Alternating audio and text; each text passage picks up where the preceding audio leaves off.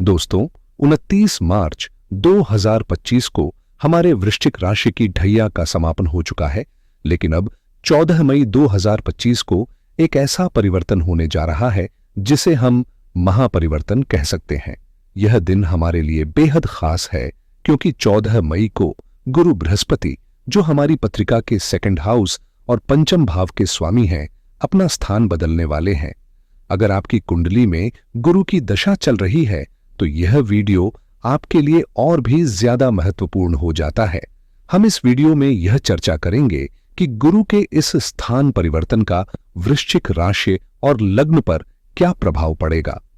यह परिवर्तन न केवल व्यक्तिगत जीवन में बल्कि हमारी संपूर्ण दिशा में भी बड़ा बदलाव ला सकता है, क्योंकि गुरु जैसा शक्तिशाली ग्रह जब अपना स्थान बदलता है तो उसका असर जीवन के हर पहलू पर दिखाई देता है।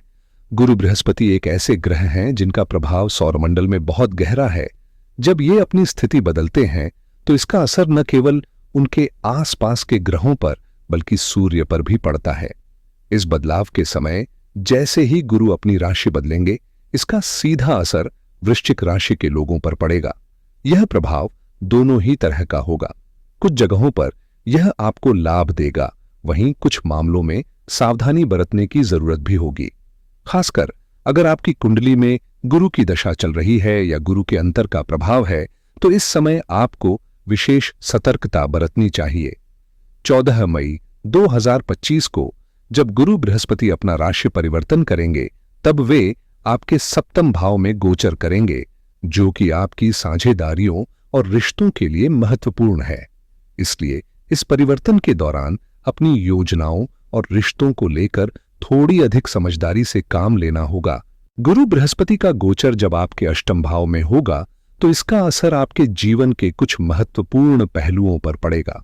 अष्टम भाव, जो कि आपकी जन्म कुंडली के भीतर गहरे परिवर्तन और रहस्यमयी घटनाओं को दर्शाता है, बृहस्पति का इस स्थान पर जाना एक बड़े बदलाव का संकेत है। खासकर जब हम बात करते हैं द्वितीय भाव की, जिसे बृहस्पति का स्वामी माना जाता है, तो यह धन, परिवार और वाणी का प्रतिनिधित्व करता है। हालांकि यह भाव धन अर्जन को दिखाता है, साथ ही यह एक मारक भाव भी है जो जीवन में रुकावटें और समस्याएं ला सकता है। बृहस्पति, जो कि पंचम भाव का भी स्वामी है, हालांकि मारक ग्रह नहीं माने जाते, परंतु वे निश्चित रूप से कुछ अवरोध पैदा कर सकते हैं। इसलिए अगर आपने बृहस्पति से संबंधित रत्न जैसे पुखराज या सुनहरा स्टोन पहना हुआ है तो यह सलाह दी जाती है कि आप उसे 14 मई 2025 से लेकर मई 2026 तक उतार लें, ताकि किसी प्रकार के अप्रत्याशित असर से बचा जा सके। इस समय आपको विशेष रूप से सतर्क रहना होगा ताकि जीवन के इस अहम मोड़ से सही तरीके से निपट सकें। इस बदलाव के पीछे जो कारण है वह आपको विस्तार से समझाना चाहता हूं, इसलिए इस वीडियो को अंत तक जरूर देखें। अगर आपको कुछ अच्छा लगे तो कमेंट बॉक्स में जय श्री राम जरूर लिखें। इससे न केवल आपको अच्छा लगेगा बल्कि हमें भी प्रोत्साहन मिलेगा। हम इस तरह के विश्लेषण आपके लिए लाने के लिए हमेशा तैयार हैं। जैसा कि आप जानते हैं, बृहस्पति के पास 3 महत्वपूर्ण दृष्टियां होती हैं, 5वीं, 7वीं और 9वीं। जब बृहस्पति आपकी अष्टम भाव में गोचर करेंगे तो इसकी 5वीं दृष्टि का असर खास तौर पर महसूस होगा। अष्टम भाव, जैसा कि हम जानते हैं, मृत्यु और आयु के भाव से जुड़ा है। हालांकि यदि इसे सकारात्मक तरीके से देखा जाए तो यह व्यक्ति की जीवन काल को भी दर्शा सकता है, लेकिन जीवन और मृत्यु 2 पहलू हैं और अष्टम भाव का संबंध इन दोनों से होता है, जहां एक तरफ आयु का माप है तो दूसरी तरफ मृत्यु का संकेत भी। इसका असर सीधे तौर पर आपके जीवन पर पड़ सकता है और यह बदलाव आपके लिए कुछ नई राहें खोल सकता है, लेकिन कुछ सावधानी भी जरूरी होगी। आखिरकार एक व्यक्ति की आयु और जीवन का माप एक ही विषय पर आधारित होता है, चाहे आप इसे किसी भी नजरिए से देखें। अष्टम भाव का संबंध सीधे तौर पर मृत्यु से जुड़ा हुआ है, लेकिन यह केवल इस तक सीमित नहीं है। अष्टम भाव आपकी विरासत, इनहेरिटेंस और यहां तक कि बीमा राशि को भी दर्शाता है। साथ ही यह वह स्थान है जहां से ज्योतिष की गहरी साधनाएं, तंत्र मंत्र और अज्ञेय ज्ञान जुड़ा होता है। अष्टम भाव से ही पेट्रोलियम, रत्न और खनिज पदार्थों जैसे संसाधनों का संबंध देखा जाता है जो पृथ्वी और समुद्र से निकाले जाते हैं। दिलचस्प बात यह है कि लक्ष्मी भी समुद्र मंथन से ही प्राप्त हुई थी और यही कारण है कि अष्टम भाव में समुद्र से जुड़ी संपत्ति और खजाने का संकेत मिलता है। इसके अलावा हमारी सुरक्षा सेवाएं जैसे पुलिस, सीबीआई, आईबी और सीआईडी भी अष्टम भाव से संबंधित हैं। यदि आप पीएचडी स्कॉलर हैं, कंप्यूटर कोडिंग कर रहे हैं या किसी तकनीकी क्षेत्र में काम कर रहे हैं तो ये सभी कार्य भी अष्टम भाव के दायरे में आते हैं, क्योंकि यह भाव गहरे शोध और विशेष ज्ञान से जुड़ा हुआ है। अष्टम भाव का दायरा बहुत व्यापक है और इसमें कई महत्वपूर्ण पहलू शामिल होते हैं।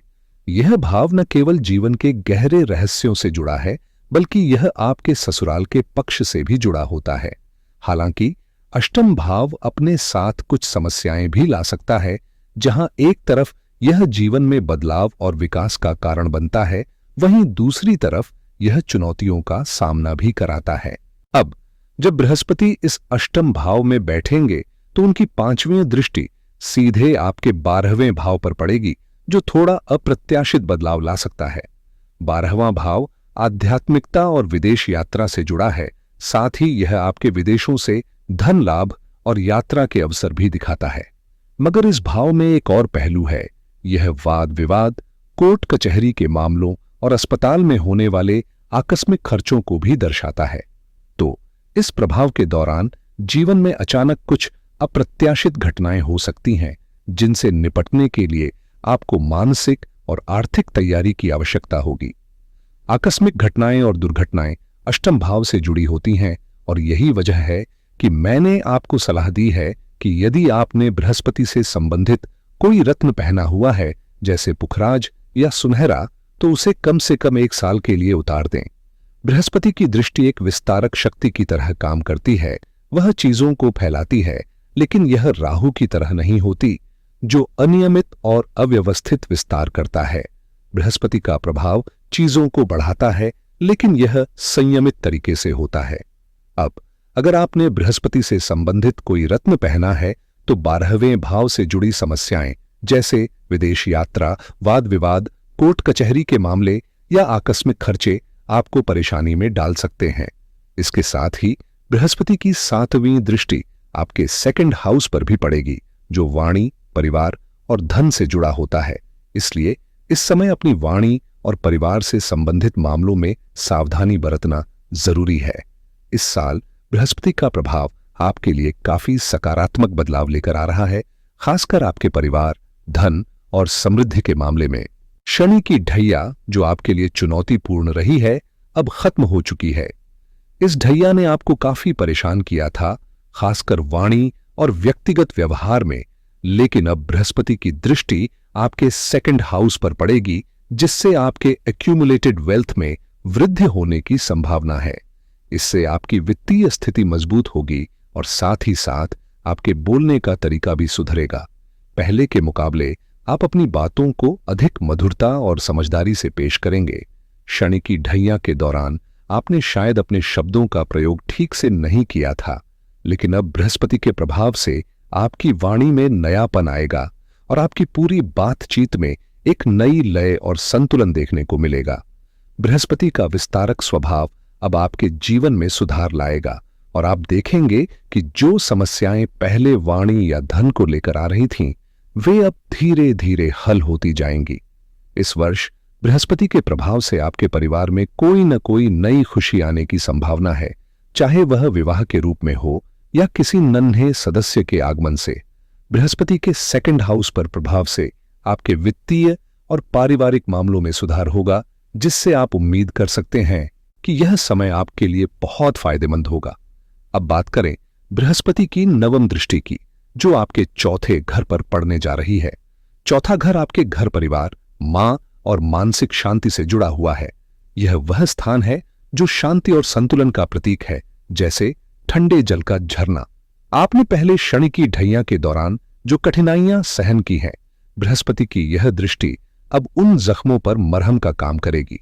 यह एक शीतल जल की तरह होगा जो आपके दर्द और परेशानियों को शांत करेगा।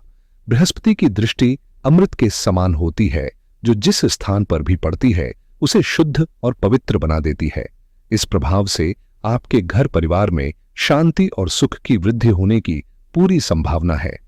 चौथा घर, जो अब तक शनि की ढैया के कारण प्रभावित था, अब बृहस्पति की नवम दृष्टि से खुशियों की ओर बढ़ रहा है।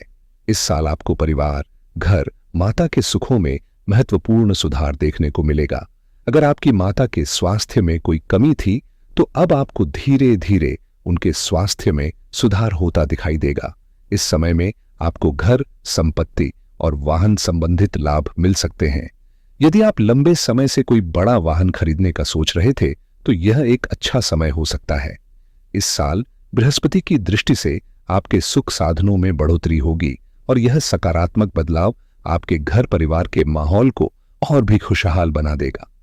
यदि आप नया घर खरीदने का सोच रहे हैं तो बृहस्पति के इस प्रभाव में यह आपके लिए एक बेहतरीन अवसर हो सकता है। बृहस्पति, जो चीजों को विस्तारित करने वाला ग्रह है, आपको नए और बड़े घर की ओर ले जाएगा। यदि आप पुराने घर को छोड़कर नए घर में जाने की योजना बना रहे हैं तो निश्चित रूप से बृहस्पति की मदद आपको मिलेगी और खासकर इस दौरान आपको अपनी मां के सुख में भी वृद्धि देखने को मिलेगी। बृहस्पति की दृष्टि आपके दूसरे और चौथे घर पर पड़ रही है, जो कि धन और परिवार से जुड़े हैं। अगर आपने पहले पुखराज या सुनहरे रत्न पहने थे और अब उन्हें उतार दिया है तो भी असर पड़ेगा। देखिए, किसी भी ग्रह से जुड़ा रत्न सकारात्मक या नकारात्मक परिणाम दे सकता है। यह इस बात पर निर्भर करता है कि वह ग्रह किस स्थान पर गोचर कर रहा है और उसकी दृष्टि किस भाव पर पड़ रही है। इसलिए ग्रहों के प्रभाव को ध्यान में रखते हुए अपने निर्णय लें। जब आप किसी ग्रह से संबंधित रत्न पहनते हैं तो वह रत्न उसी ग्रह से जुड़ी हुई ऊर्जा को आपके जीवन में लाता है, जो या तो सकारात्मक हो सकती है या नकारात्मक। लेकिन रत्नों के बजाय एक और प्रभावी तरीका है जो आपकी स्थिति को सुधार सकता है। वह है गुरु बृहस्पति के मंत्रों का जाप। यह न सिर्फ एक आयुर्वेदिक औषधि के समान है, बल्कि यह समय के साथ धीरे धीरे प्रभाव दिखाता है। उदाहरण के लिए, आप एम ग्राम ग्रीं ग्रोम सह गुरुवे नमः या एम ब्रह बृहस्पते नमः जैसे मंत्रों का जाप कर सकते हैं। रुद्राक्ष की माला से यह मंत्र रोजाना कम से कम 108 बार बृहस्पतिवार के दिन से शुरू करें। इससे आपको रत्न पहनने की आवश्यकता नहीं होगी। हालांकि ध्यान रखें कि रत्न तुरंत प्रभाव दिखा सकते हैं। वे या तो लाभकारी हो सकते हैं या नुकसान भी दे सकते हैं। यदि आपकी कुंडली में ग्रह अच्छे स्थानों पर स्थित हैं और उनका गोचर शुभ भावों में हो रहा है तो आप देखेंगे कि इन मंत्रों का जाप धीरे धीरे आपकी स्थिति में सुधार लाएगा। जब आप किसी ग्रह से संबंधित रत्न पहनते हैं तो यदि वह ग्रह आपके जीवन में सही दिशा में कार्य कर रहा हो तो वह रत्न आपके लिए फायदेमंद साबित हो सकता है। लेकिन यदि ग्रह की स्थिति अनुकूल न हो तो रत्न नकारात्मक प्रभाव भी डाल सकता है। खासकर जब बृहस्पति का गोचर वृश्चिक राशि में छठे घर में हो और गुरु तथा राहु का चांडाल योग बनता हो तो यह स्थिति कई समस्याओं को जन्म दे सकती है, जैसे लोन का बढ़ना, शत्रुता का बढ़ना या अचानक से स्वास्थ्य संबंधी समस्याएं आना। अगर आपने इस प्रकार का अनुभव महसूस किया है तो मुझे कमेंट बॉक्स में जरूर बताएं। इस स्थिति में यह समझना जरूरी है कि जब गुरु छठे घर में इस प्रकार के प्रभाव डाल रहे थे तो अष्टम भाव में उनके गोचर से क्या परिणाम हो सकते हैं और क्या आपको रत्न पहनने की जरूरत है या नहीं। अगर आप वृश्चिक राशि के जातक हैं और यह जानकारी आपको सही लगी हो तो कृपया इस चैनल को लाइक, शेयर और सब्सक्राइब करना न भूलें। फिर हम जल्द मिलेंगे। तब तक के लिए जय श्री राम।